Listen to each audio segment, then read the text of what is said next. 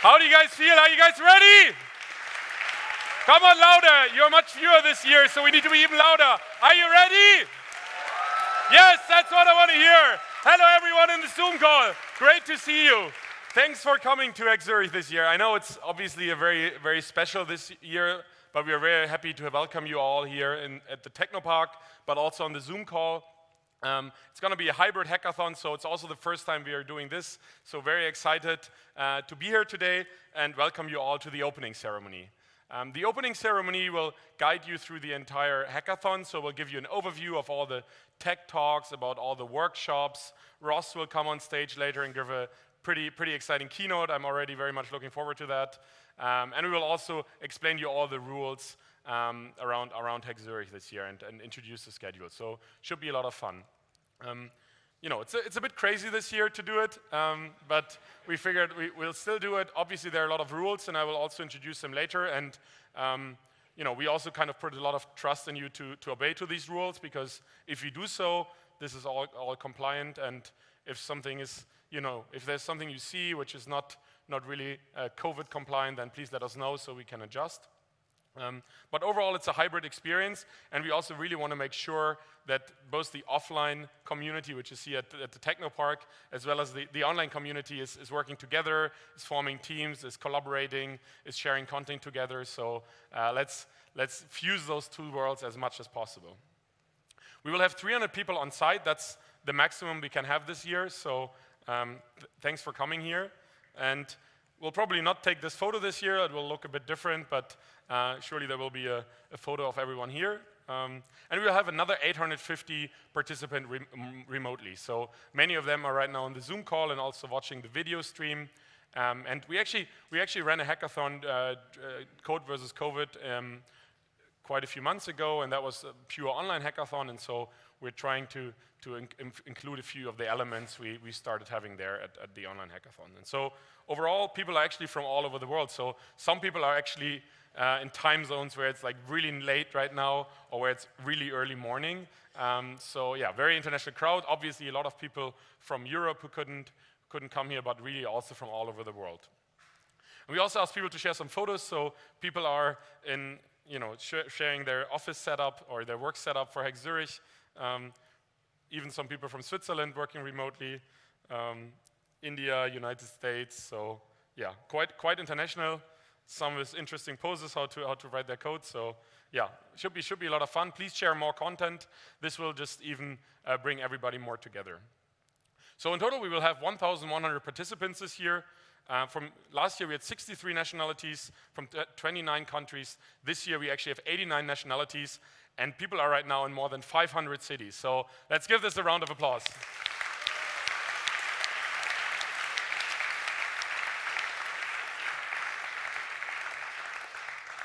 Also, people have been at HackZurich before, so 9 people actually have been here in 2014 when we ran the first HackZurich. And there are even 7 participants who have been here all 7 years. So where are you? Stand up. Anyone here? Yes.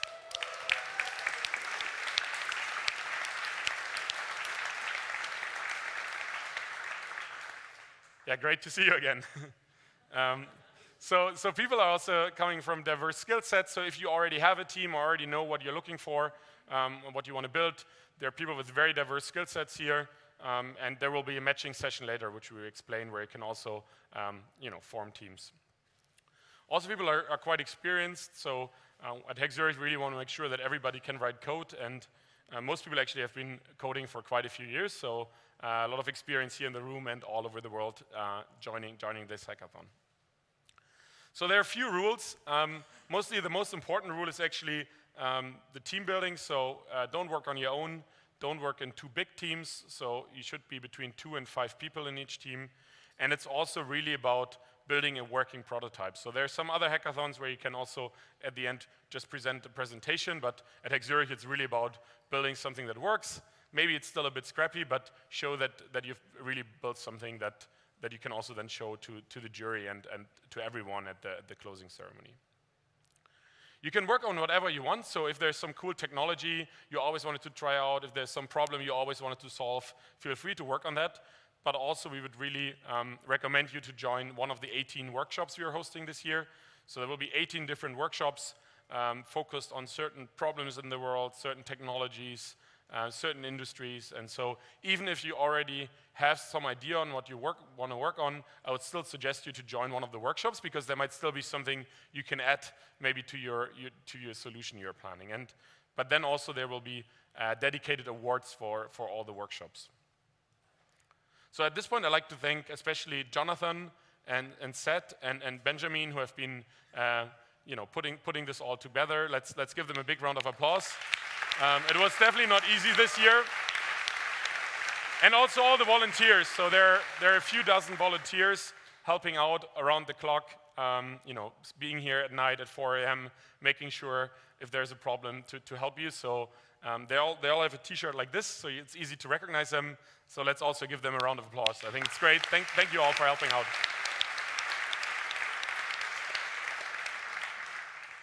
And with that, I'd like to ask Tanya on stage. Social media is especially important this year, so Tanya is heading a social media team. Maybe get a microphone quickly. Thank you. I have one. Thank you so much, Rasmus. Thank you.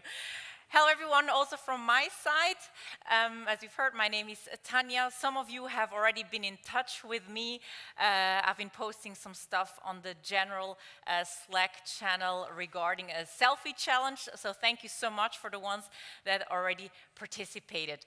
And yes, as you heard, it's a hybrid event today. So what does that mean? It means that so many people are joining from abroad and cannot really see what is happening here.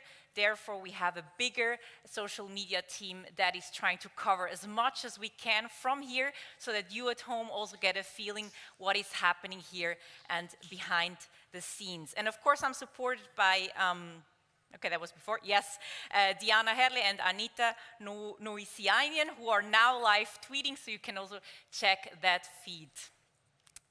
And we're posting on social media what is happening here, but we also need you to show us what is happening in your workspace at home. So we would love if you can share your impressions from your weekend on Twitter, Instagram, Facebook. Tag us, use the hashtag HackZurich, so that we can reshare your impressions as well. So we want to see how you're connecting with your team, how you're taking breaks, maybe do some yoga poses, how you're relaxing, sleeping in between, whatever. Just send us your impressions that we see your journey, and the most creative posts, again, will win something. And this time we will send you some pizza. So some of the teams that are there remotely, we will be helping you with your food. So post them on social media. You can also post them in the Slack channel, the fun channel. You see it, hashtag #O2Fun. I said DM me, but maybe that's not a good idea, because if you put it in the fun channel, then the whole team sees it and can post it. So thank you so much. Check out the social media channels, and we'll see each other online.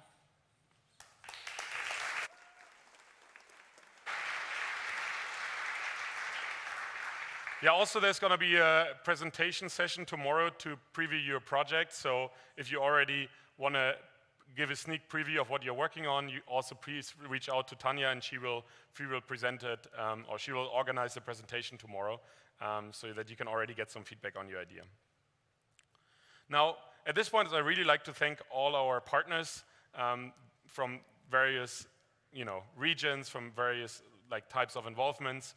It means a lot to us that you guys all joined this year. It's not an easy year, and so it's great that you still believe that HackZurich and also working on the challenges we are working here is worth solving. So thank you all for supporting HackZurich. Thank you all for also putting a lot of time and sweat into preparing the challenges. I know it's sometimes a lot of work to assemble data sets, formulate the challenges, and really make it a success. So thank you very much. Let's give this a round of applause. Thank you all.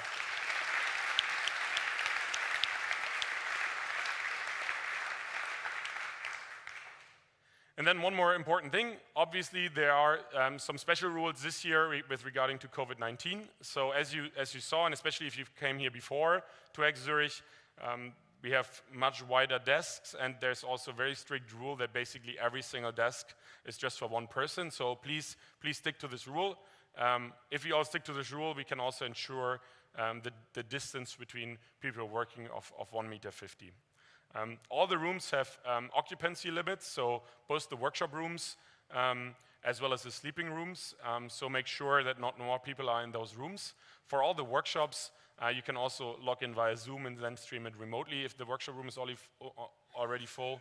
Obviously for sleeping it's a bit harder, but for sleeping we also have basically markings on the ground, so just make sure that you don't sleep too close to each other. Then next one is an obvious one. Wash and disinfect your hands regularly, like always. And also, we are distributing masks thanks to Siemens at the registration desk. So if you don't have a mask, you can get one there. Generally, if you can't keep more than 1.5 meters of distance, you should wear a mask, and otherwise you don't have to wear one, but obviously you can wear one.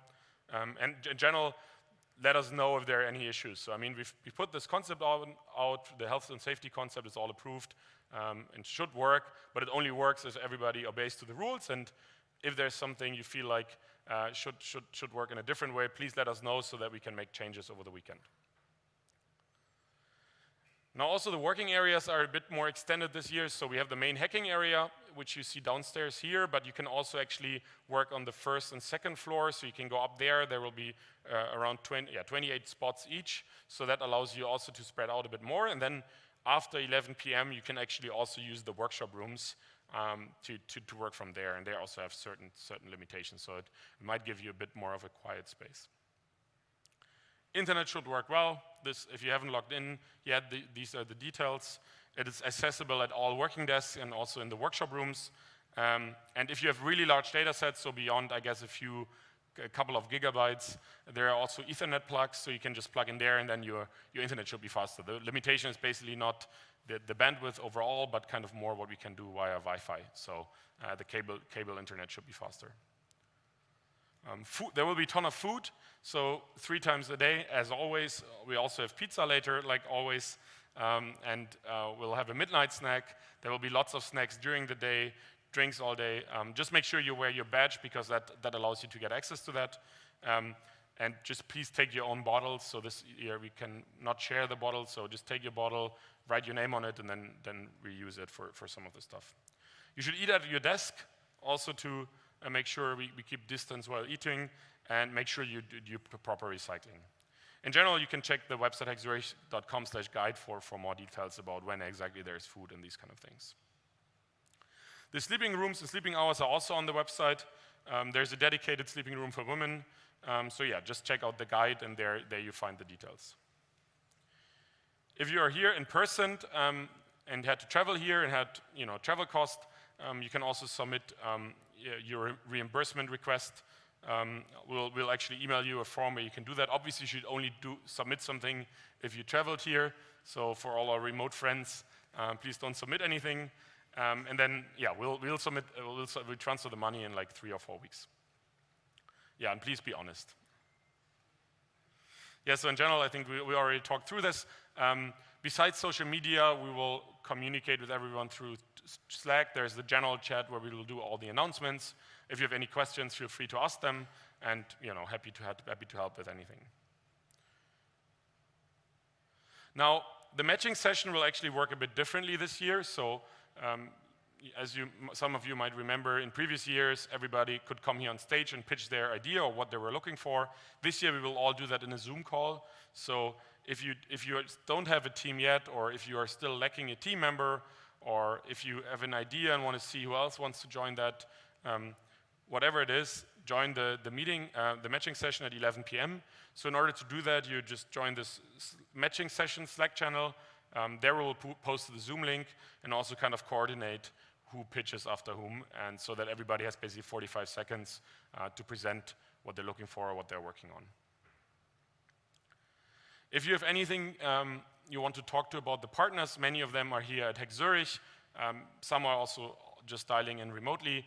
There's a Slack channel for every partner, so you can also contact them there. But if in general you want to also contact them beyond HackZurich after the event, or have some more special topics you want to discuss, feel free to fill out this form.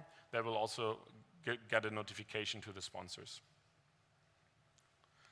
Now, if you're still looking for a job, during the year we've actually also organized a few HackZurich talent sessions. So it's a new format we introduced where you can basically, during the year, meet some of the partners we've been interacting a lot during HackZurich and see what exciting stuff they're working on. So we'll soon have another session.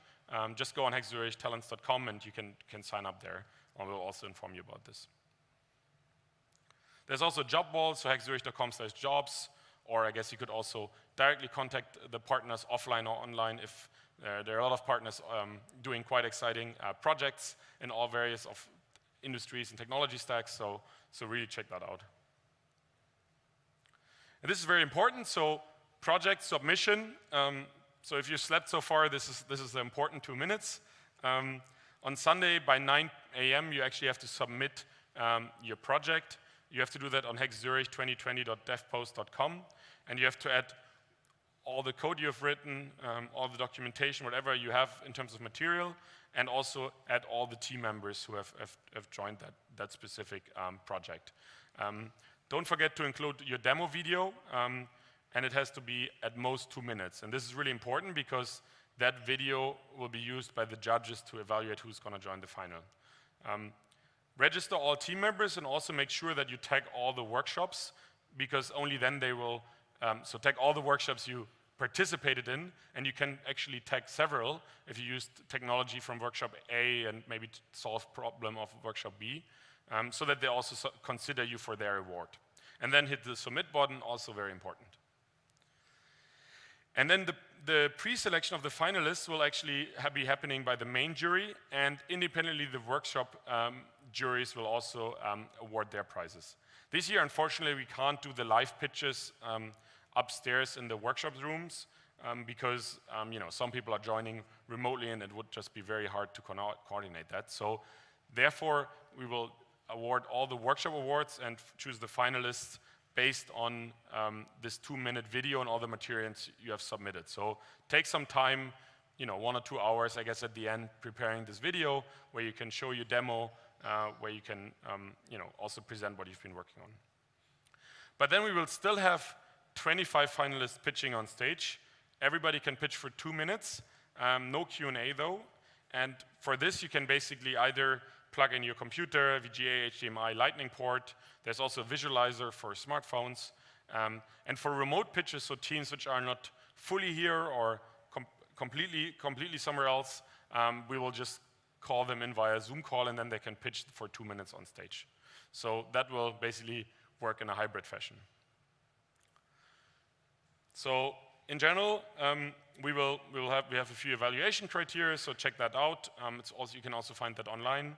And we have a very great jury, so all have a very technical background, and they will basically choose the finalists and then also choose the main winners. So yeah, thanks also to the jury, but they will be here on Sunday, and so you'll meet them all also in person. Overall, there's 3 main awards to win. So there's the overall winner of HackZurich, second and third award. There are 18 workshop prizes. There is an audience award, so you can vote. There's a CV prize for everybody who submitted a CV. And then there's going to be 2 extra awards we're going to give out for teams which are hybrid, so where some people are here offline and some are online. So that's an extra award we're giving out this year to encourage hybrid teams. So yeah, consider that if your team is not complete yet. This is the schedule. So right now we're doing the opening ceremony. We're going to then have dinner, pizza outside. Then we will have the workshops. We will have 2 sessions of each workshop, so workshop 1 to 9 and then workshop 10 to 18 afterwards. You can join them. Many of them are going to be here. Some are going to be remote only via a call, but you can join all of them via a Zoom link. And then at 11 p.m. we do the matching, and then we have a midnight snack, and then then there's the night to work. Tomorrow there's breakfast. There's going to be many tech talks during the whole day. We'll also introduce them today. So if you want to break tomorrow, join one of the tech talks. And then we also have ice in the afternoon, city tours, and many other things.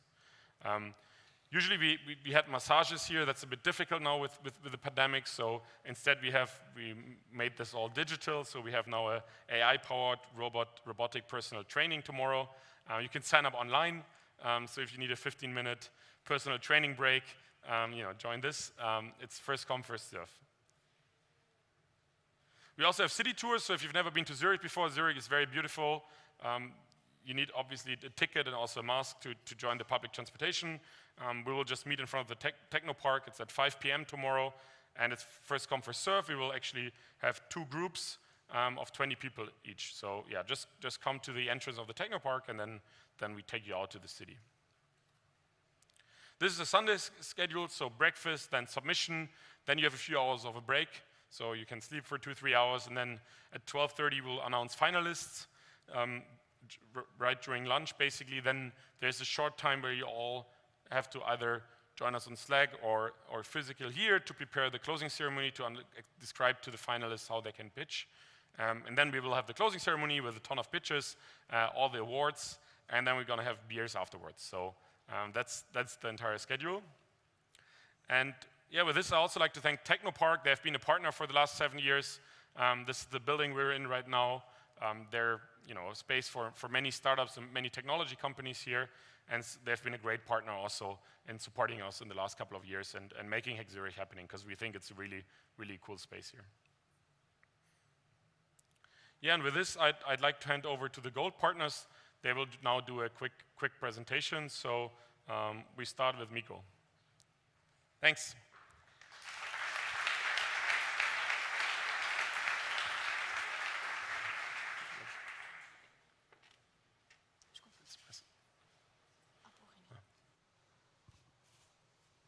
Hello, my name is Sabrina Kern and I'm from Miko Clubschule, and today we're going to use our 2 minutes a little different. So everybody at home and everybody in this room, please stand up. Yep, I'm serious. Because as a yoga teacher, I only know about life hacks, and even though we're in the middle of a fun pandemic that's attacking our respiratory system, a lot of us tend to forget the most simplest life hack of all time, and that is to take a breath. So that's what we're going to do together.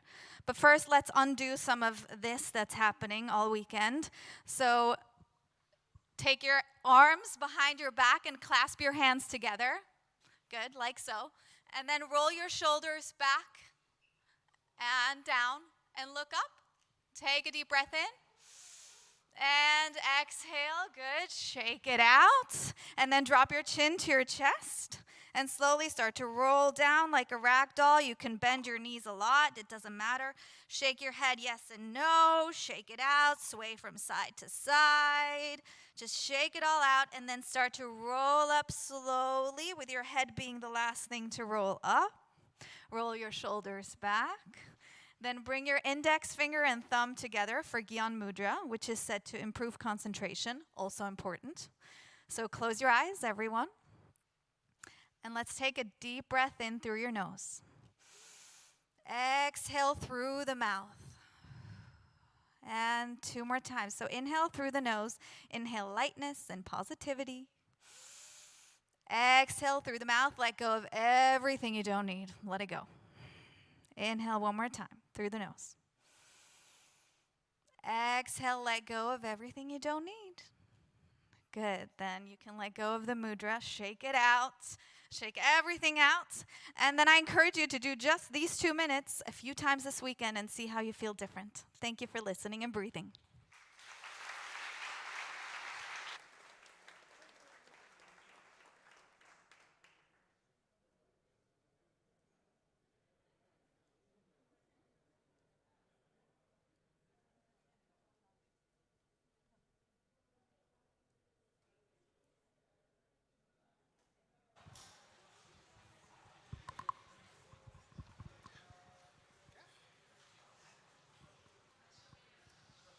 Ja, grüezi zusammen. So I have to switch to English. So welcome everybody from Microsoft. We're happy to be here this year once again. We will use the 2 minutes. You can sit down. We will just give you a little bit of an overview of why we're here and what we're doing this weekend together with you. My name is Florian. I'm the developer audience lead for Microsoft in Switzerland, and we will support you with everything you want to know about Azure, about how Microsoft can help you build your new idea and your hack project. We have a lot of materials for you, Azure passes, vouchers, if you want to build something on our platforms. And of course, a lot of links and info material in case you want to join our startup programs, our learning programs and challenges and things like that. Also doing tech talks and workshops and supporting our friends from Micro with their challenge. If you have any questions to us, feel free to stop by our booth. We also have some a program for collecting digital credentials, so-called digital badges. So you can self-nominate or you can come across and earn some digital badges if you build something on our platforms or if you learn something within our workshops. So tomorrow there will be a tech talk. I will not go into detail right now because we will pitch it later. But if you have any questions on static web apps or Azure, we're here all weekend to help you with that. And with that, I wish everybody a great experience this year. It's a bit special this year, I have to admit.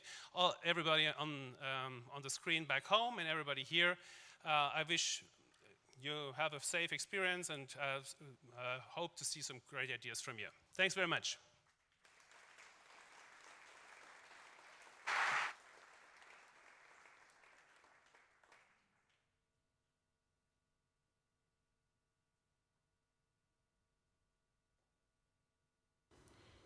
Dear hackers, my name is Sandra Hauser. I'm member of the executive board of Zurich Insurance in Switzerland and responsible for transformation and technology. I'm very excited to be one of the gold sponsors of HackZurich, and our challenge is reducing our carbon footprint. Zurich Insurance is committed to protect our customers, and we also understand that we have a responsibility towards society. We have set ourselves ambitious targets with regards to our ecological footprint, and we are the first insurance company that signed in 2019 the UN Business Ambition to limit global warming to 1.5 degrees by significantly reducing and compensating our carbon emissions. The Transformation and Technology Division at Zurich Insurance is an attractive place to work for innovative software developers. We cherish a culture of diversity and inclusion. We develop great solutions for our clients in true co-creation. We endeavor using the best technology and develop our services in the cloud, practicing DevOps and GitOps, and learn and live agile. As a team, we take full ownership of our solutions and provide great customer experience.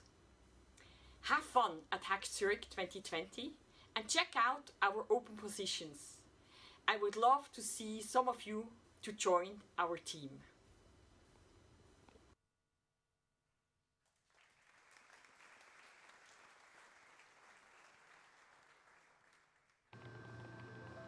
This is the most intricate and powerful computer in the world.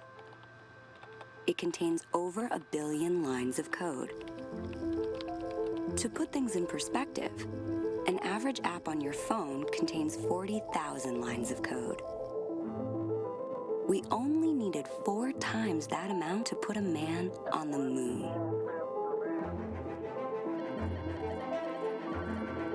$15 million lines introduced us to the start of home computing. Now, using 50 million lines of code in the largest machine ever built, we're trying to simulate the start of it all, the Big Bang. But it takes 12 million more to share something with friends. A mere 14 million lines to fly around the world. Yet 100 million for a car that can park itself. Unbelievable? Let's Google it. You can find anything with their 2 billion lines of code. still less code than what you'll find in the most intricate and powerful computer in the world. You.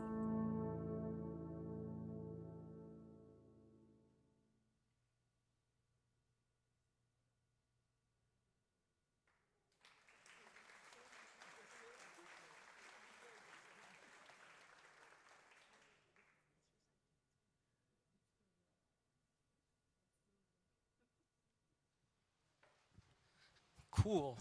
Hi, my name is Andreas. I'm from Huawei, and yesterday I was asked to present my company to you a little bit. Has anyone here ever heard of Huawei? Maybe a show of hands. A few people. Okay, cool. So my work is not done. I have a few things to talk to you about. Our pitch will follow later. So this is just a very general introduction into who is Huawei actually, and it is pronounced Huawei. I'll let any pronunciation count because I'm not Chinese, I don't speak Chinese, but it is actually Huawei. So we started a few years ago, actually 1987. Huawei was started on a budget of $3,500 US by our founder, Mr. Ren, and yeah, you know, I mean, in the meantime, we developed into a Fortune 500 company. I think since this year, actually a Fortune 50 company. And we work on a ton of really cool things and really cool technologies. So here's just some of them. It includes things like AI, big data, you know, all kinds of cool stuff. Anyway. And what drives us is that we love to work with customers, for customers. I am from our consumer business group, so my customers are actually sitting in front of me. Anyone here have a Huawei phone? Yeah, also a few, that's great. Hopefully, by the time I'm done, more will consider it. Has anyone ever been to the top of Mount Everest? No? No? Okay. So in case you ever go there, the 4G provided up there is courtesy of Huawei Technologies. We work with a lot of partners on a lot of different topics. These are just some numbers. And we have a lot of offices everywhere. So no matter where you are, you can come and join us. But we're also here in Zurich, actually. We have a research center in Oerlikon. Yeah. And that's it from me. Thank you, and see you again later.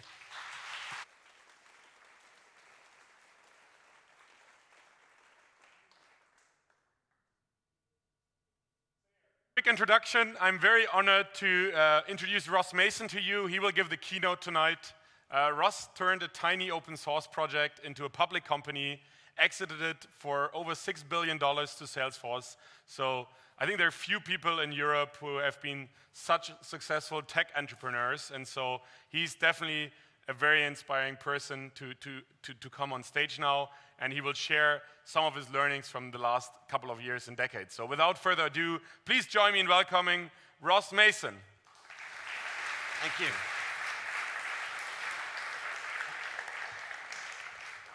Wow, I haven't been in a room with this many people. I'm super excited. There's 500 cities online. Everyone's going to start hacking in the next couple of hours. And you know, this is amazing. I actually haven't been to an event like this in a few years, so I'm very happy to be here. I'm also a little bit annoyed because I didn't realize you had 4G coverage on Everest, because from my bedroom I can't make a phone call. So I don't know how that works, but Huawei, could you fix that for me, please? So why am I here? So on the introduction, you know, I started off as a developer. I created a small open source project called Mule. That was probably 14 years ago now, so I'm showing my age a bit. Have people heard of Mule? Can I see a show of hands? A few of you. But of course, we're sort of disappearing because now we're a big enterprise software company and there's lots of new, more interesting projects out there. But I thought what I'd do today is sort of talk a little bit about the very early journey from having an idea, a concept, you know, the things that you're going to go and create in the next 40 hours. For some of you, will actually change your life because You're going to spark an idea, you're going to meet a team, and it's going to motivate you to do something different, to build something, create something. And some of you will go on to build companies, and some of those companies will go on to be successful. And I think that's amazing. And actually, if you don't go on to build something and you just do the hackathon, you're probably going to make some really good friends, and that's amazing. And sometimes you start a company and it doesn't work, and you learn a ton, and that's amazing too. So there's really no downside to spending the next 40 hours hacking with people all around the world. So I think you made a really good decision this weekend. I was going to talk about taking MuleSoft from 0 to 1, but I'm going to go off-road. I'm going to talk about actually some things I wish I was told when I was in your state of mind where I was just building software because I wanted to solve a problem, and then decided to build a company. And there's a bunch of stuff that if I'd known back then, I think I would have done things a bit differently. And I guess the big question is, if people had told me back then, would I have actually listened or understood? So I understand if I walk off this stage and people do exactly what I did 10 years ago, and don't listen to my advice, that makes total sense, because you've got to go and have your own path anyway. So the first thing is, what you're doing right now in a hackathon, that's a sprint, right? You're going to be eating pizza, Red Bull. I love the fact that if you social post, you get extra pizza. It's a bit like Hunger Games for developers. I think there should be more of that. Maybe you should hold up more of the food and you know, see how people interact. I think it's crazy that some of you are going to be sleeping on designating floor lines. Like, I think you're, you know, much better off sleeping in a bed. But anyway, this is what you're going to do. But it's a sprint. You're not going to look after yourself much in the next 40 hours. Interestingly, when you decide that you're going to start a company, that mentality should change, but it actually doesn't for most founders. If you read the blog posts about founder journeys, it's always very extreme, right? People lived in their cars. They ate ramen noodles for 6 months. They didn't leave their garage for 10 months. And it's almost worn like a badge of honor that the harder you work in those early years, that really is what pays off the dividend. I don't believe that's true. I thought it was true when I was doing it, and actually I built a company. It was successful. I worked extremely hard, but I also sacrificed a lot more than I think I should have, right? Both in terms of friends, family, in terms of mental health, and in terms of physical health. And there's just a few things I think the world is becoming more attuned to, but I'd like to echo that if I'd known these things, then I think I would have done things differently. So the first thing is, when you start a company, you're starting a marathon. Think of it as you're going to be doing this for the next 10 years. So what that means is, if I told you to sprint, which in the next 40 hours you're going to go and sprint and create some code, that's one thing. But if I told you you're going to run for the next 10 years, you'd probably do some training. You'd probably have some plan on how you're going to look after yourself. And there's a few areas. So one, it's very tempting to, when you start building a company, just work 24/7 on it and do nothing else. And I would urge you to, the first thing you should get good at is managing your time. Right, and I was terrible at managing my time. I'm still pretty bad at managing my time, but I was terrible at managing my time. I got lost in code for 18 hours a day. The thrill of compiling and getting something to run and execute and getting it to work was amazing brain feedback, but it meant I ignored everything else in my life, including food and exercise.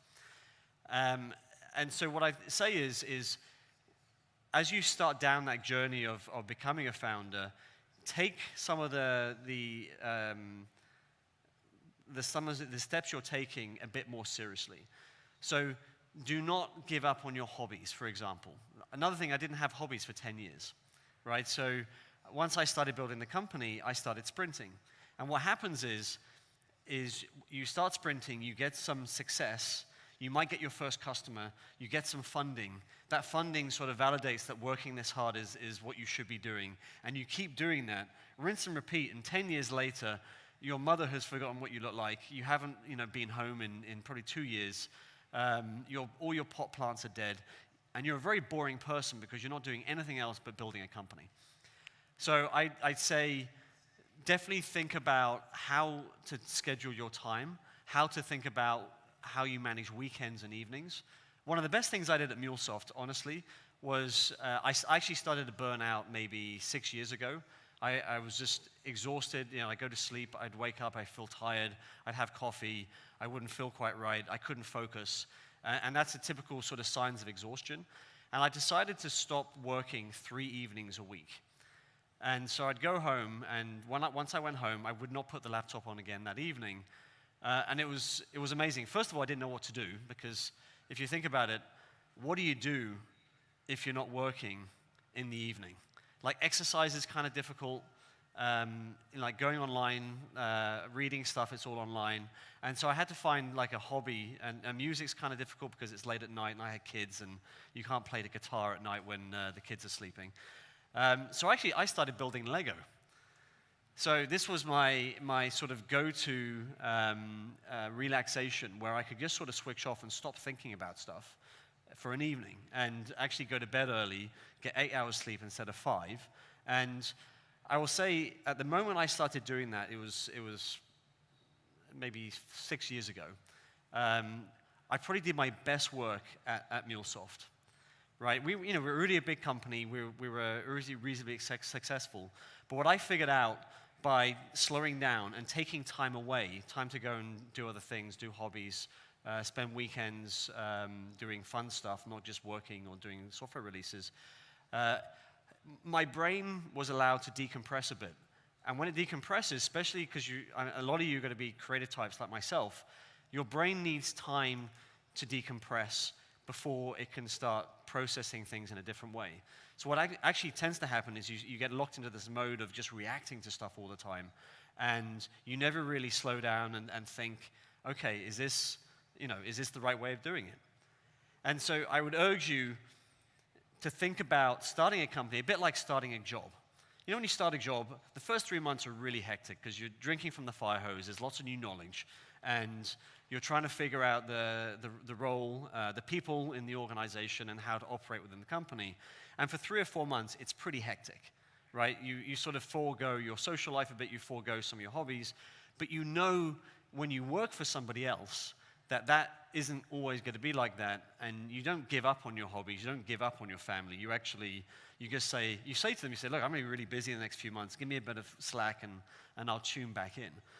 Well, when you start a company, you kind of have to do the same thing. The first year is a bit hectic, and you have to let everyone know around you that I'm going to be a little bit frenetic for the next year, but I'm going to, at some point, give yourself 3 months, 4 months, I'm going to start figuring out ways to slow it down a bit and find ways to work smarter instead of harder. And I love and hate that phrase, smarter but harder, because I love it because it makes sense to absolutely everyone, but in the heat of the moment, it's not always very clear how to work smarter, right? And it has a lot to do with the way you use your time. So it's a lot to do with the meetings that you take. It has a lot to do with questioning whether you need to be in the room at every given moment, especially as your team starts to grow.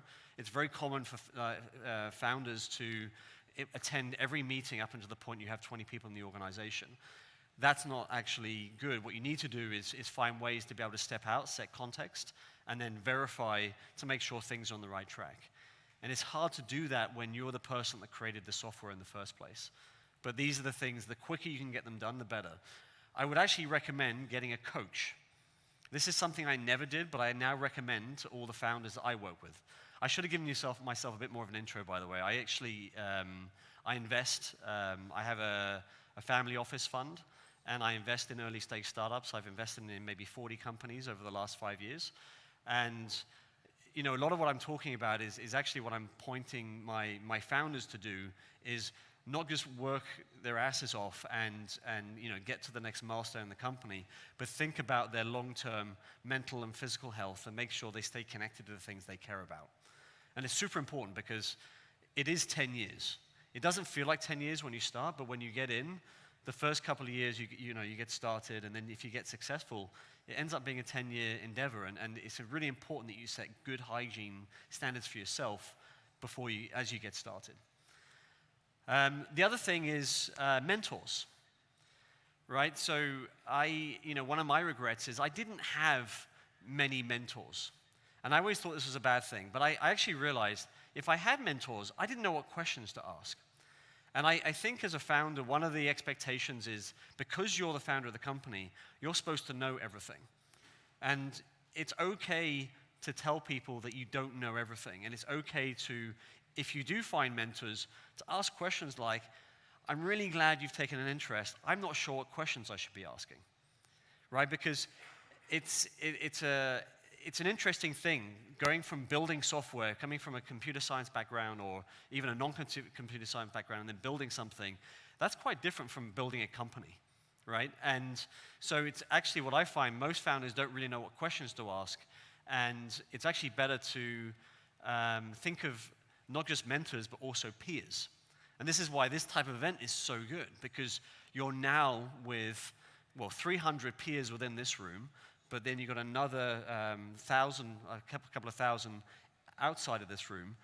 And peers are actually more effective in helping you think through situations, because they're actually much closer to the things that you're trying to solve. They have a lot of affinity to the problems you're solving for. And just because a mentor like me, for example, has been through it, you've got to bear in mind, when I solve problems, the last time I really solved the type of problems you're solving, it was 10 years ago, right?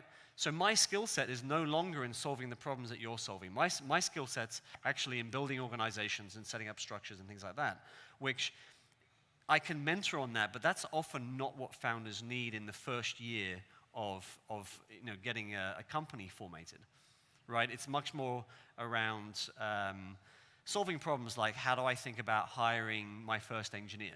How do I think about structuring my time? How do I, what should I be involved with? How do I delegate certain tasks?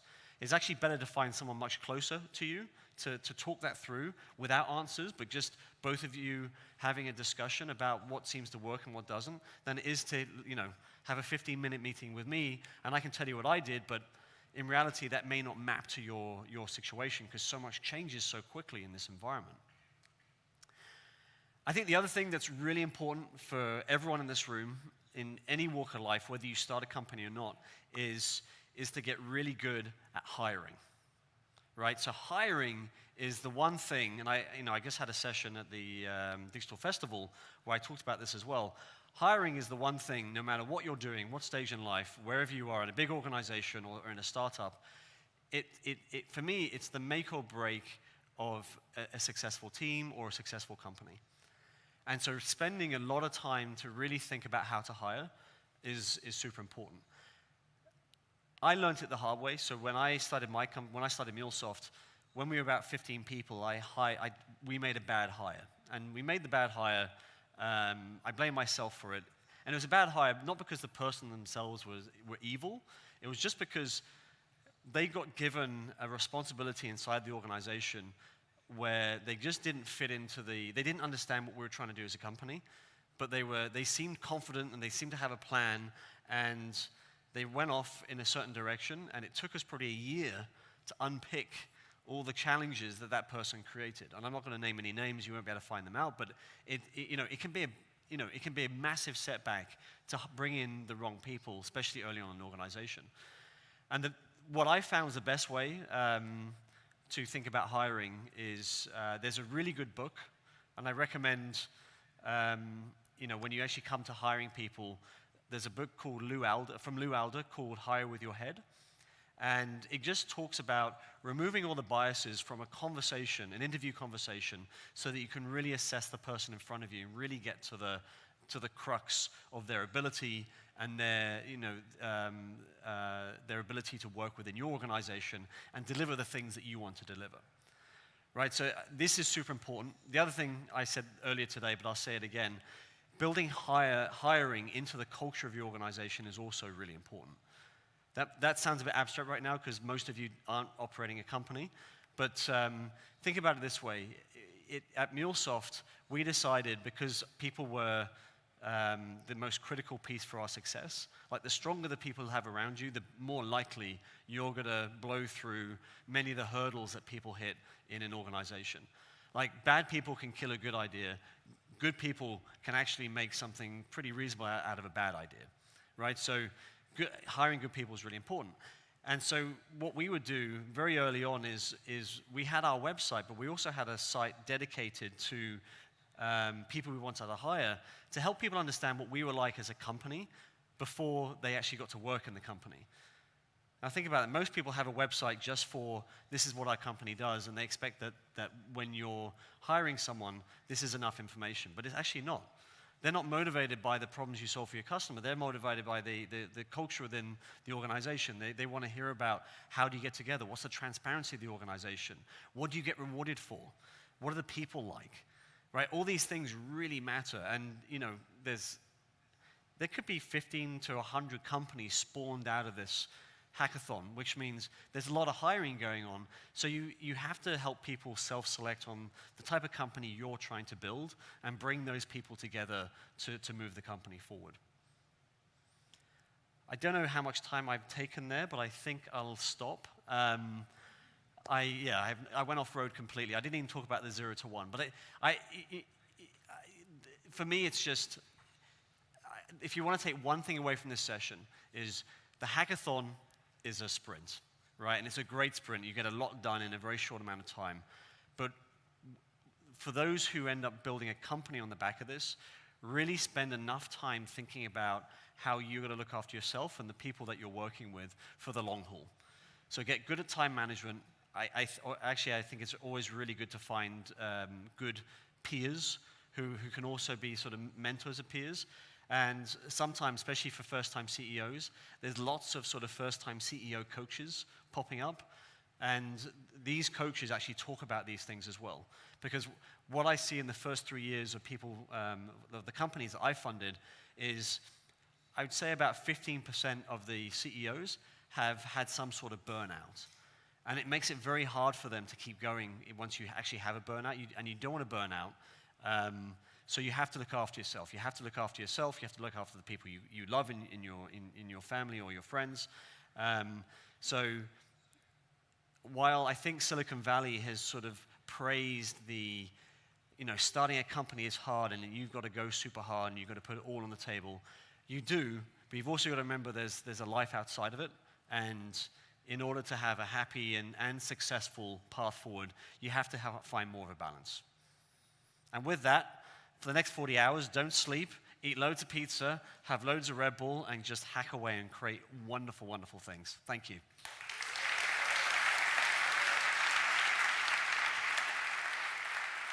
Q&A? Okay. Thanks, Ross. Great talk. So now it's time for the workshop pitches. Let's start. So we will have 18 workshop pitches. Most are actually doing it here offline. Some are also doing it via video. And then we will have the tech talk pitches, and then we are already pretty close to the pizza. So let's get started. So Migros is doing the first one.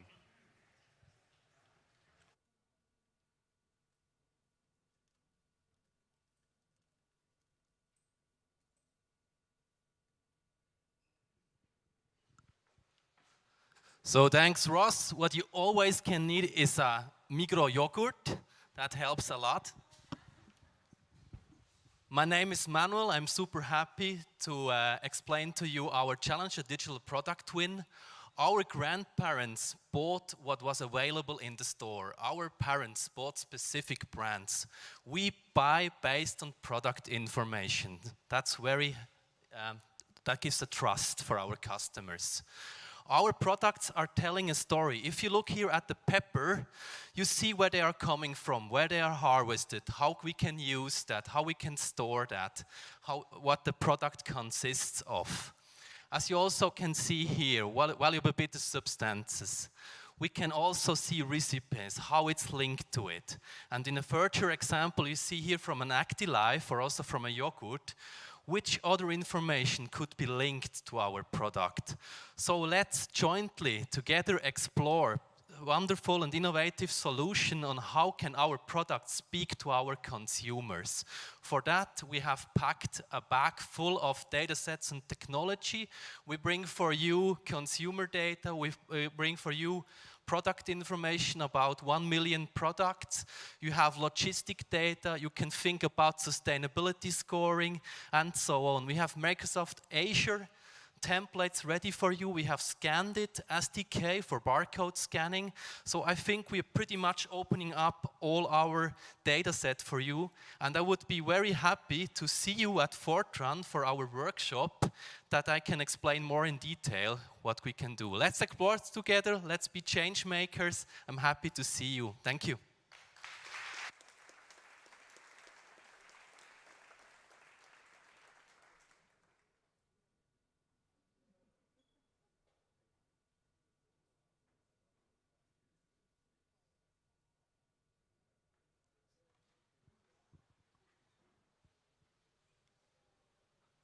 Hello, everyone. My name is Sam, and I'm a little bit overdressed, but that's okay. I think we've spent a lot of time talking about food already, and I know I personally waste a lot of time sitting in a Migros or a Co-op and thinking, man, 7 francs for an apple? Is it really actually that sustainable? These kinds of decisions around food sustainability are always complicated, and they only get more complex when you have to make that decision for 16,000 employees over 25 different countries. That's why we're so excited to be here and work with all the talent in this room and online to be able to come up with a really robust, human-centered design solution, leveraging all the technology of IBM's Watson and their whole cloud services suite to find really interesting sustainability solutions with our gastronomy data set. We're going to be arming you with EcoInvent and Eternity's full life cycle analysis data set on hundreds of different food products, both in their environmental impact through CO2 and through the water and consumption of products that they use. And we're going to give you access to Swiss Re's historical menus and product purchasing data so that you can find some really interesting sustainability insights that help our employees be smarter about sustainability and greener with what they eat. However, there's lots of things you could do with this, but unfortunately I don't have the time to tell you anymore. So thank you very much and have a great day.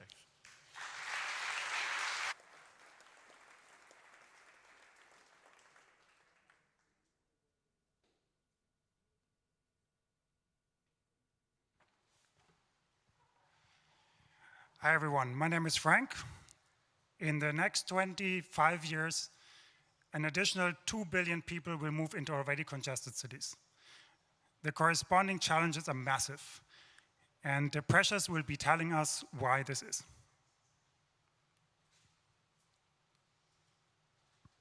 Hi there. By 2050, I'll be 50 years old. And by then, I'll be living in a completely different world. The population here in Africa has doubled since 2000 and will double again. Construction provides for housing, hospitals, schools, and road infrastructure across the world. It uses the majority of natural resources and accounts for a large part of road transportation. Reusing waste in construction and smarter transportation could reduce emissions and the need for natural resources. We need the smartest minds on the planet to turn these ideas into a reality. And my children will thank you for that.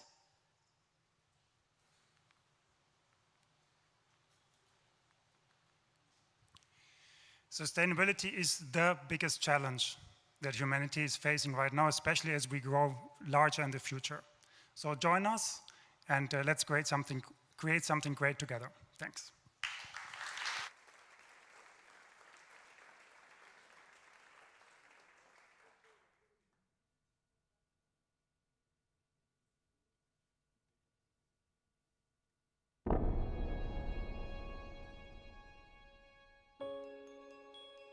Climate change is probably the biggest problem humanity has ever faced and is increasingly affecting living and working conditions around the world, making this the decade to deliver on meaningful climate action. Therefore, we have the responsibility to do everything we can to stop emitting more CO2 into the air, and beyond that, also remove CO2 out of the air in order to be able to reach the global climate targets. Sounds impossible? Let me tell you, it's not. Climeworks captures CO2 from air with an innovative technology, and they may even be able to reverse climate change. Accenture, as a leading professional services company, has a strong commitment to the environment and innovative solutions that create lasting value. That's why Accenture partnered up with Climeworks and became their innovation partner in May 2018 in order to help them to become even more successful.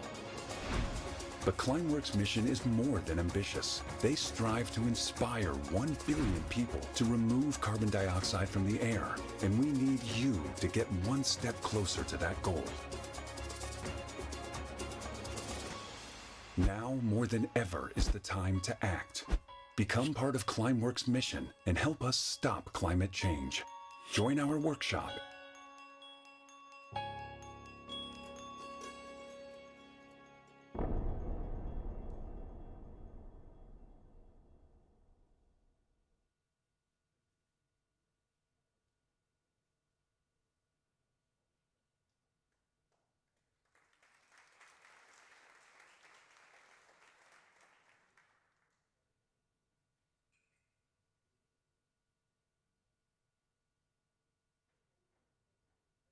Can you hear me? Yeah? Okay, it's me again. Hi. Yeah, let me talk to you about our challenge that we have for you today. It's about something called HMS Core. It took Huawei 33 years to go from a small little office like that into a slightly bigger office. You know, we have three business groups now, carrier network, enterprise, and consumer business group, and one of the 6 most innovative companies globally. Why am I saying this? Because it gives a little bit of background to our challenge. We come from the consumer business group, so actually our challenge is focused on the consumer business. We make a lot of different really cool devices, anything from smartphone, tablets, PC, wearables, you know, we want to challenge you to help us make our smartphone ecosystem better. So we know that all of you are destined for something great, and now we want your help. We are building an ecosystem, something called App Gallery and HMS Core, that we want to give you as the tools to help us achieve some new heights. So what's our challenge? Our challenge is actually to build an innovative Android application using our Huawei Mobile Services SDKs and APIs, of which there are many. So we have a bunch of SDKs here for you. Our challenge is focused on 6 suggested superstar kits, namely map location, site kit. So those are location-based SDKs. And then we have an AR engine, machine learning kit, and a scan kit, we'll talk more about what these can actually do later in our workshop. So we hope that you know, we got your attention and that you will join us later in room Pascal at 8 o'clock to learn more about our challenge and what you can do with it. So with that, thanks a lot.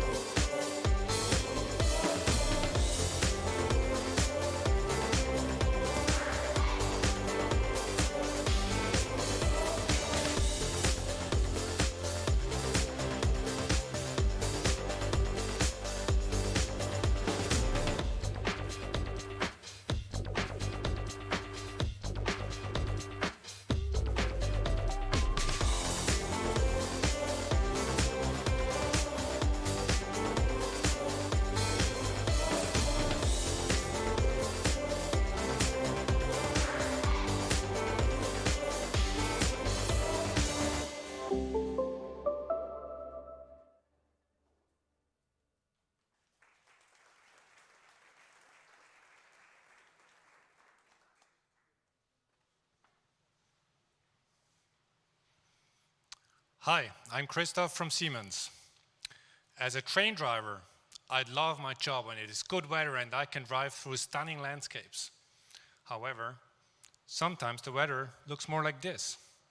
In these conditions, it is impossible to see the next signal where I possibly have to stop the train engine. Rain, snow, and fog make it hard for train drivers to see what's ahead. It's just like you when you drive on the highway with your car in heavy rain and fog. So, what can we do about this? Option 1. The train driver can slow down so much that he is sure not to miss the signal under any circumstances. However, this will turn the train into a snail rail and cause delays for the passengers. Option 2 involves technology, and this is where we need all of you. Let us create a software that lifts the veil on bad weather, a software that helps the train driver to see what the track would look like in good weather conditions, and a software that possibly even augments the train driver's reality with virtual signals. In order to achieve this, we have chosen the most scenic train route in the Alps over the Landwasser Viaduct. This route is so stunning that it even became a UNESCO World Heritage Site a few years ago. Together with Ration Railway, we have collected thousands of pictures and movies of the track in both good and bad weather conditions. This data is enriched with metadata and ready to be used by you. Moreover, for all of you that take remotely part in HackZurich, we bring some of Switzerland to you through these pictures. So, join our challenge and lift the veil together with us. Thank you.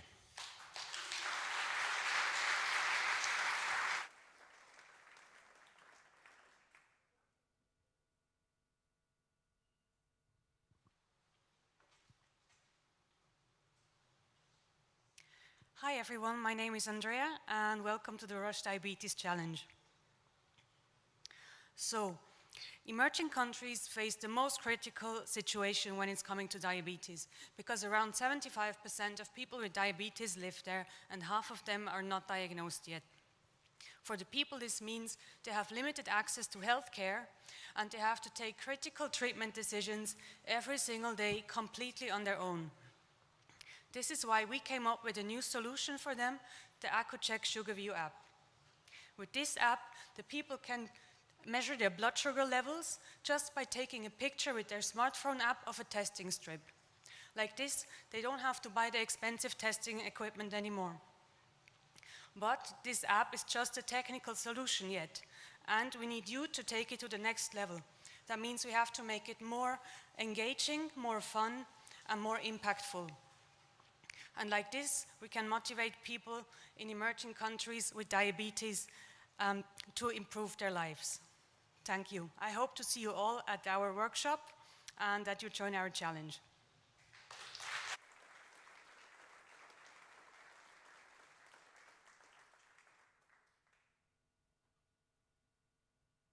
I'm happy to introduce you to the challenge of Logitech, which is about defining the future of digital creation.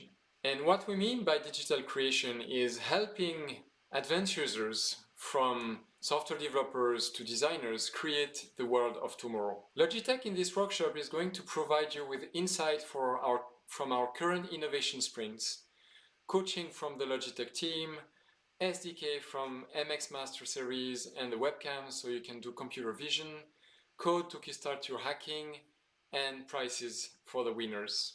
And what you can do when you think about the challenge is thinking about the new trends. With the new situation right now, a lot of people are working from home.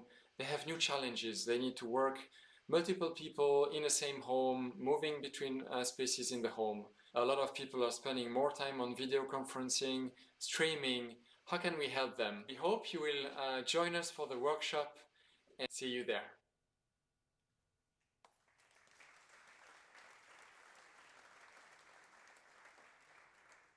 At McKinsey & Company, our colleagues from Quantum Black are very much used to solving very challenging problems, any of those deeply rooted in a common goal of helping communities thrive. We leverage advanced machine learning techniques to make predictions and solve real problems. In this workshop, we'll be tackling earthquakes and their consequences.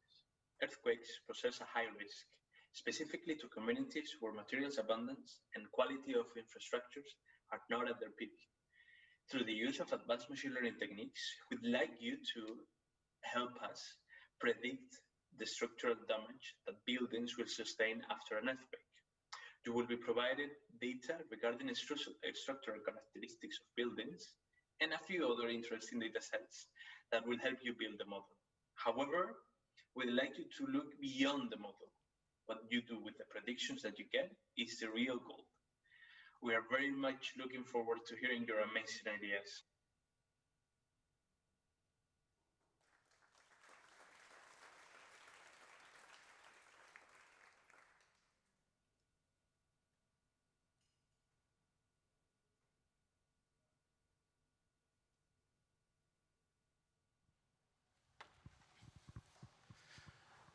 Hello together. My name is Arben. I'm from Helsana, and I'm here to represent our challenge, Enhanced Digital Services with Data. Why did we choose this challenge with data? We were actually reading a ton of reports saying data is the new oil, data is the new gold. So we thought, hey, cool, let's do something with that.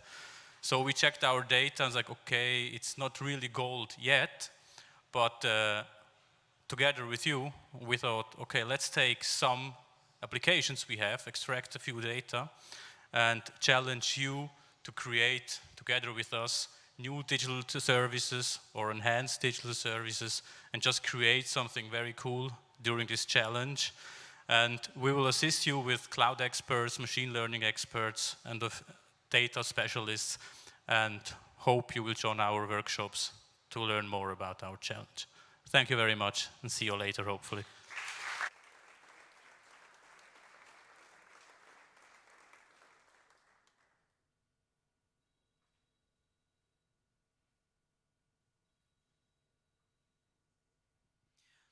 Hello together. Corona has impacted the world in many different ways. We at SRF, as a media company, want to show the impact on Corona on the media landscape by creating an interactive map. For this, we provide two data sets, one Twitter data and the other one news articles from the beginning of the year. The challenge consists of the following steps. First, collect the news. So you can either gather your own news or use our data sets. Then you should check the news if it has to do anything with Corona or not. Locate the source by using location information from the news itself or the tweet. And in the end, draw the information on a map. Feel free to use your own visualization and your own analysis techniques. So thanks, and we will be glad if we see you at our workshop.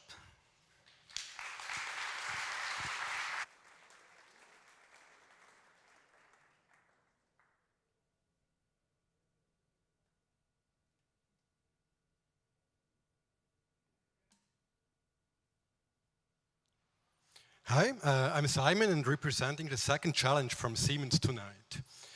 So I'm talking about smart infrastructure in buildings, which is actually so much potential for a green future.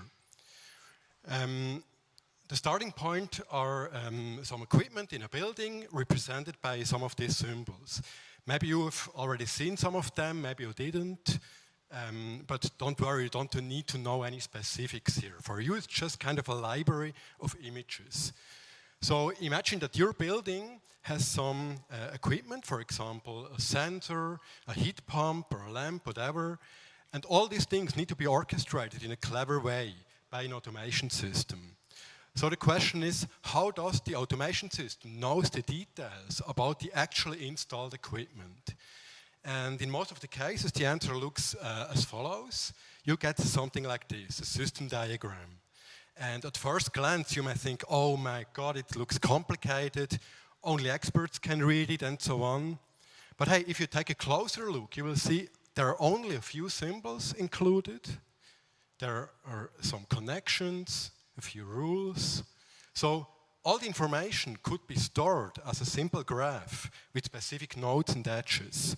So we challenge you to use your skills in computer vision to turn this paper into data and graph the building.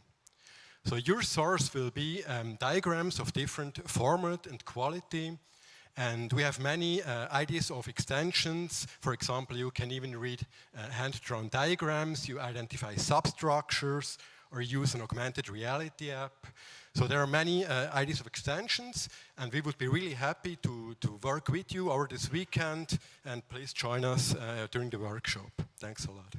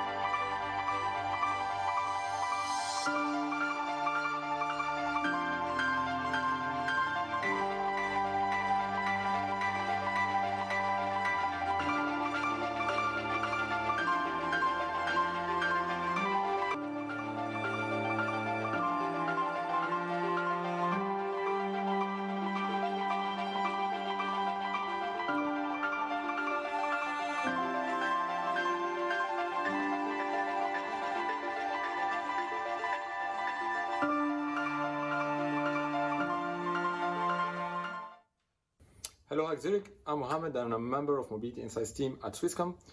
To say the least, 2020 has been a very special year. We had to adapt our behavior and our daily mobility. Our machine learning models that we've trained to predict and model mobility are now broken because they have been trained on pre-COVID data. We need more than ever to have representative, data-driven and dynamic mobility indicators. If you join us for the challenge, your mission is to build a prototype, an app that helps reconnect businesses and people and optimize their experience. Subject is broad, exciting. You bring your creativity, we bring the data. We'll give you access to our web app, to a set of API endpoints. Enjoy the experience, have fun, and we are super excited to see the results in 48 hours. La la la.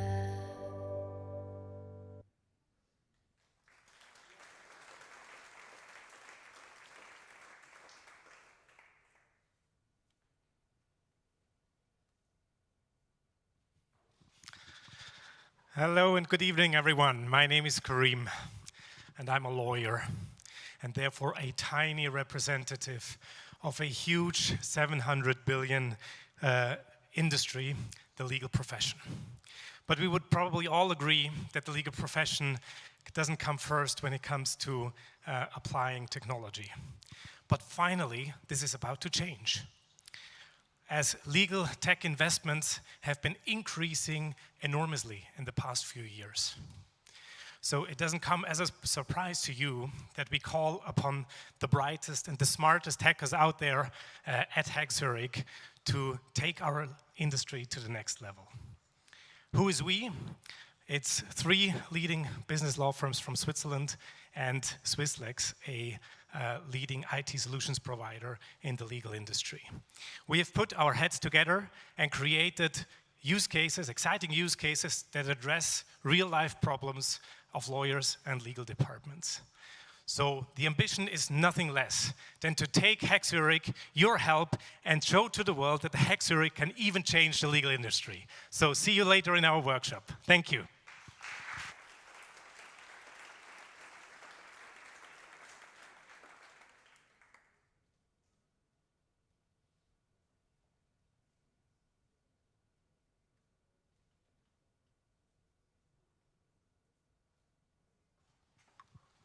Hi everyone, my name is Julian from PMI, and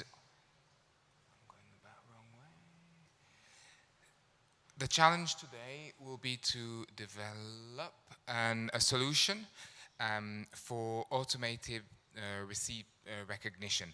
So the fact are that when you purchase something in different retails, all the receipts are different despite the item or products you're buying. And that makes it rather difficult to be able to redeem points or bonuses from those receipts to integrate them into loyalty programs. So the challenge would be to develop a solution which would be able to scan, extract, and apply whatever value you've spent on the product or on the purchase to apply it to a loyalty program. Develop the platform that all brands or companies would want to use to value the purchases of their clients. So join us later on during our workshop. First one is at 9:30, and we are really looking forward to seeing you. Thanks.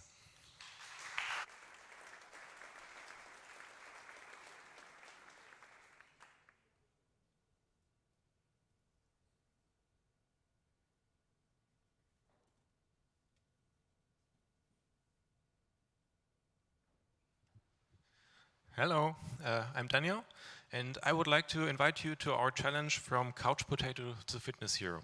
So you probably know many ways to stay healthy. I mean, we even tried just a fancy new way before.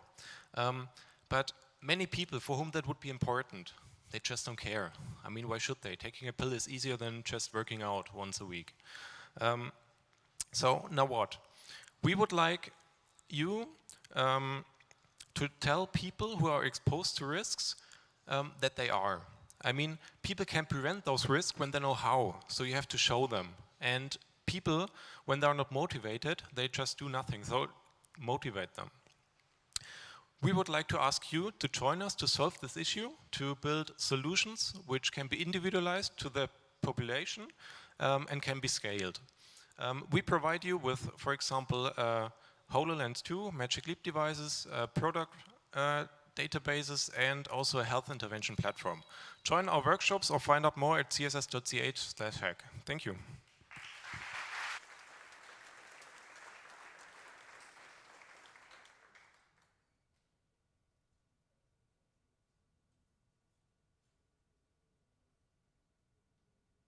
Hi, everybody.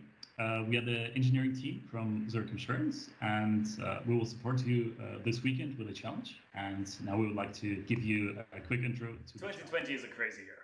Every time I open the news, there is something unexpected happening. There are floodings, there are tornadoes, there are wildfires. Just last week, we saw this weird orange sky above San Francisco. Sometimes it feels like we are already living in this dystopian future that we read about. And sitting at home for the last 6 months, maybe just like many of you, I started asking myself, what is actually the impact that I have on the world around me? And one of the things I started looking at is trying to understand my carbon footprint. What is the CO2 emissions that I cause around me? And maybe many of you already tried it and you realized as well that is not so easy. It all depends on your lifestyle, how you move, how you travel, where you work, how you consume, what you order online. And this is why we decided to make this actually the challenge for this hackathon this weekend. So we would like to invite you to work with us this weekend to try help us find easy ways to help measuring the carbon footprint that we cause, but also help find strategies to easily reduce it in our daily life. And we are actually so excited about this topic that we would like to offer the winning team the possibility to work with us for 3 months to make the solution that you come up with this weekend a reality. I hope you like this challenge, and looking forward to work with you this weekend. Have fun. Enjoy hacking. Good luck. We'll meet in Slack on Saturday. Happy coding.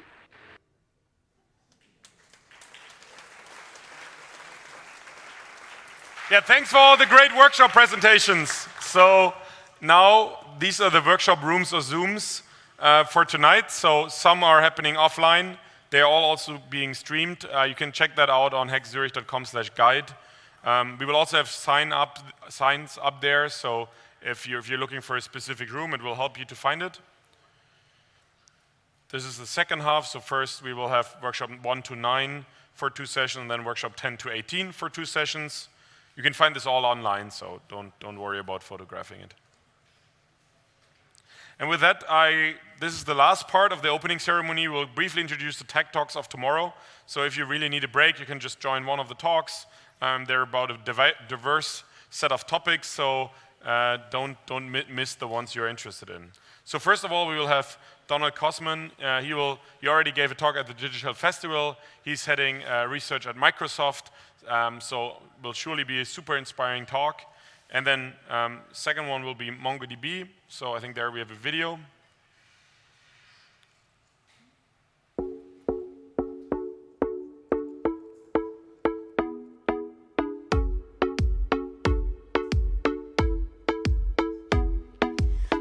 Come on, got your database on. It's Friday night and you can't take long. Gotta get your deployment. Hello HackZurich. Hello to the best developers out there. MongoDB is wishing you great success for all your projects. Hit production, we got what you need. In order to support you, we are providing you with free credits to MongoDB Atlas, the coolest, dopest database in the cloud. Baby, I know your database needs upgrades tonight. These credits are part of the developer pack that you can secure on the web. Needs upgrades tonight. We got those skills. La la la la la. Don't miss our tech talk tomorrow at 10:30 a.m. to learn more about MongoDB Atlas, the best way to use MongoDB in the cloud. See you tomorrow. Moving on to MongoDB. Atlas is the best for me.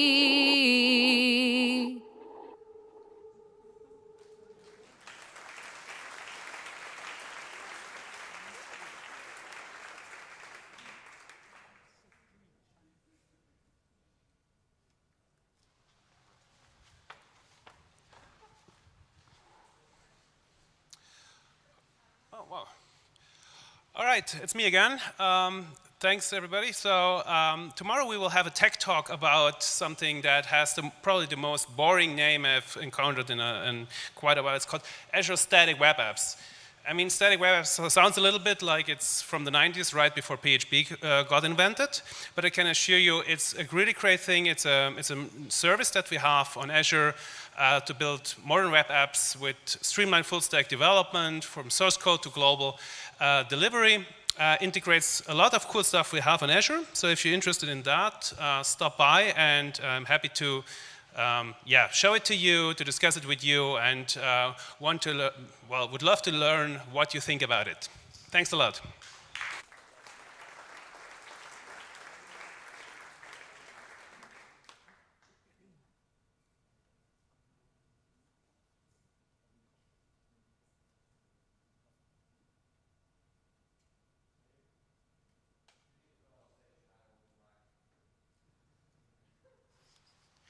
Hey everyone, I'm Mike from Valora. I'm going to be hacking with you this weekend, and we'll also have a booth and a tech talk tomorrow. Valora is a retail company from Switzerland. We have well-known brands such as Brezelkönig here in Switzerland. In Germany, for those of you who are from there, you might know Backwerk.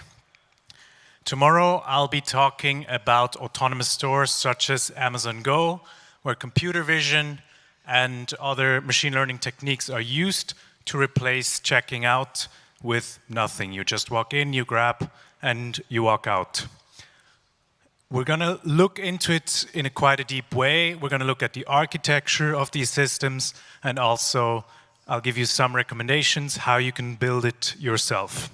So please come to my tech talk, and remember, we're hiring. Check out our booth. Thank you.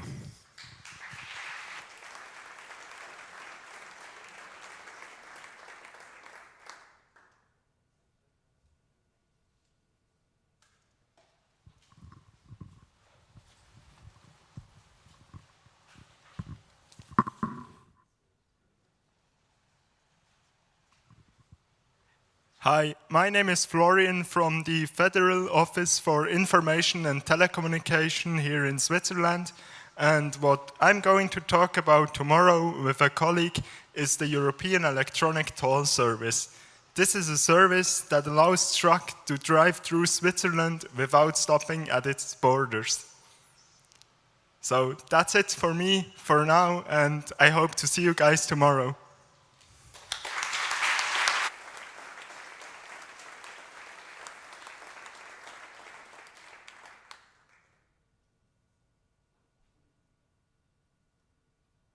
Yeah, so I'll also give a talk about the company I started 4 years ago in Berlin. It's a venture studio, Mirantix. We are building AI-first companies. We incubate them ourselves, as well as helping corporates to build AI solutions.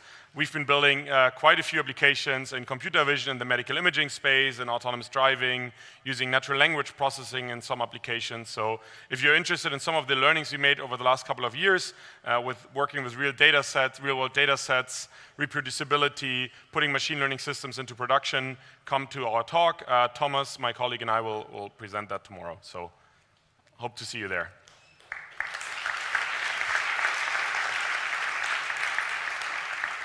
And also McKinsey will give a pitch training tomorrow. So if you want to practice or learn how to practice your presentation for the Sunday deadline, join the training. They will give you some tips how to master your pitch.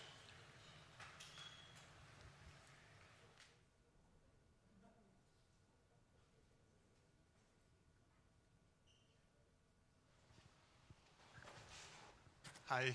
Hello, everyone. I'm from Acento, and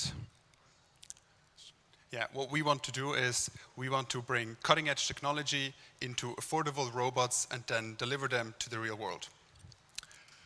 In a first step, we want to solve the inspection market. We want to make it easier and safer for humans. We want to have it better integrated in current systems, and we want to get more insights to avoid such catastrophic disasters in the future. Meet Acento. Acento is a novel type of robot combining both wheels and legs to make it the most effective locomotion principle for such mobile agents. We believe there are 3 reasons why Acento should be used. Reason 1 is it's very easily to produce. The hardware is very simple. We do a lot of it in control and software. Second reason is speed and efficiency. We are a lot faster and a lot more efficient than comparable mobile robots. And the third reason, Acento is super versatile.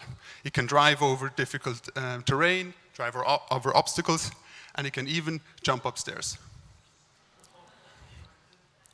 In case you're interested in more about our project and everything, you can check us online and come to our tech talk on Saturday. Thank you.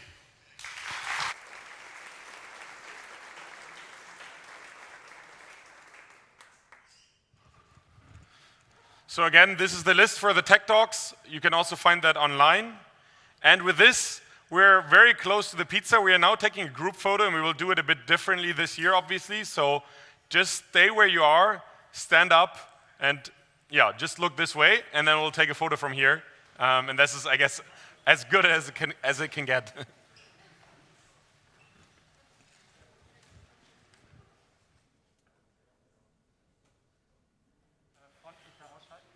Frontlichter aus.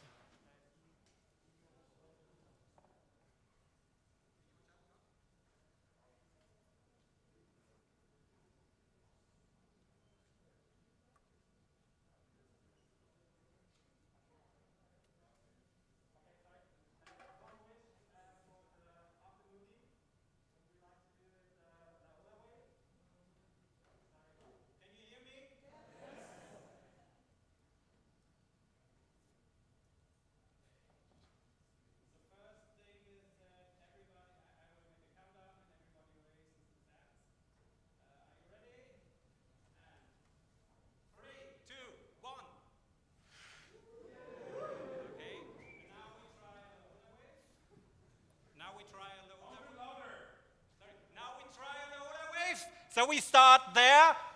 3, 2,